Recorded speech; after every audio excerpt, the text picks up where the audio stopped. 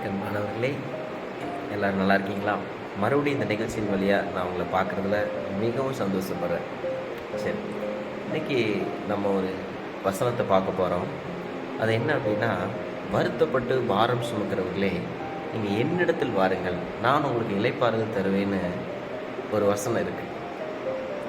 இந்த வசனம் எவ்வளோ பெரிய ஆரோக்கியமான வசனம் அப்படின்னா, இன்றைக்கி நிறையா விஷயத்தில் நம்ம ஏதோ ஒரு சிக்கலில், ஏதோ ஒரு பிரச்சனையில், ஏதோ ஒரு வியாதியில் நம்ம கஷ்டப்பட்டுட்டு இருக்கிறோம் இல்லையா?